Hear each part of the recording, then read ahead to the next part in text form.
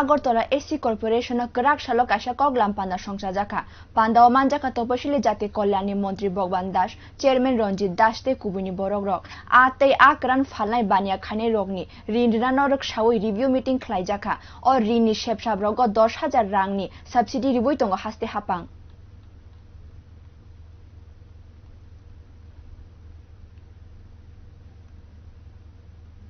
মূলত আমাদের যেটা গত আগস্ট মাস থেকে একটা স্কিম চলছে ফিশ এবং ড্রাই ফিশ সেলার যারা রয়েছে ত্রিপুরা 4,000 পরিবারকে তার 25,000 এবং 22,000 টাকা লোন দেওয়ার বিষয় রয়েছে। তার একটা রিভিউ মিটিং আজকে আমাদের সমস্ত যারা সুপারভাইজার রয়েছেন তাদেরকে এখানে ডাকা হয়েছে। এটা রিভিউ মিটিং চলছে। স্কিমটা আমাদের অনেক পুরানো ছিল, দীর্ঘদিন ধরে চলছে এবং অনেক বেনিফিশিয়ারিকে আমরা লোন দিয়ে দিয়েছি ইতিমধ্যেই। তো কতটুকু দেওয়া হয়েছে, কতটুকু টার্গেট বাকি রয়েছে তারই একটা পর্যালোচনা আজকে আমরা এখানে বসে করছি। তার মধ্যে কেন্দ্র সরকারের একটা অংশ রয়েছে এবং রাজ্য সরকারের সাবসিডি হিসেবে 10,000 টাকা রয়েছে এবং বিগত দিনে যে সমস্ত কর্পোরেশন থেকে লোন দেওয়া হয়েছে সেই লোনগুলার রিকভারির জন্য একটা রিভিউ মিটিং। মূলত দুটি বিষয় নিয়ে আজকে আমাদের এই রিভিউ মিটিংটা।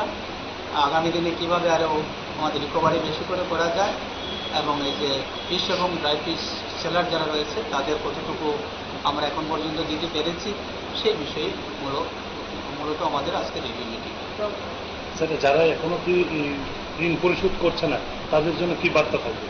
না, সেই বিষয়ে আমরা যারা আমাদের সুপারভাইজার রয়েছে, আমাদের সঙ্গে রয়েছেন আমাদের কর্পোরেশন চেয়ারম্যান রঞ্জিত দাস, এমএলএ রয়েছেন, আমাদের বোর্ড অফ ডাইরেক্টর রয়েছেন রুটন দাস এবং ডাইরেক্টর রয়েছেন। সবাই মিলিয়ে আমরা একটা সিদ্ধান্ত নিয়েছি যে সুপারভাইজারদেরকে তাদের বাড়িতে যেতে হবে এবং কিভাবে তাদের বাড়িতে গিয়ে টাকাটা রিকভারি করা যায় সেই বিষয়ে আমরা কিছু সুনির্দিষ্ট সিদ্ধান্ত আমরা নিয়েছি। বিশেষ করে সুপারভাইজারদেরকে যেতে হবে ওদের বাড়িতে, সেই নির্দেশই দেওয়া হচ্ছে।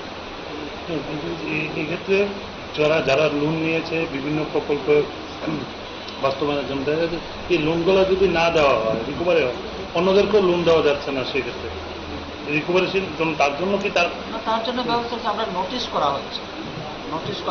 নোটিশ বলতে তাদের প্রথমত তাদের এমপ্লয়ি গ্যারান্টার রয়েছে, গ্যারান্টারকে নোটিশ করা হচ্ছে।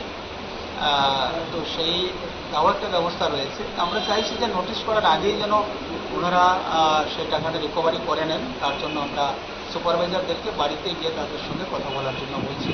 যদি সেই জায়গা তো না হয় তাহলে নোটিশের ব্যবস্থা রয়েছে। ইতিমধ্যেই কিছু নোটিশ করা হয়েছে, যারা অনেক দীর্ঘদিন ধরে যাদের পেন্ডিং রয়েছে তাদের ক্ষেত্রে নোটিশ আমরা করেছি।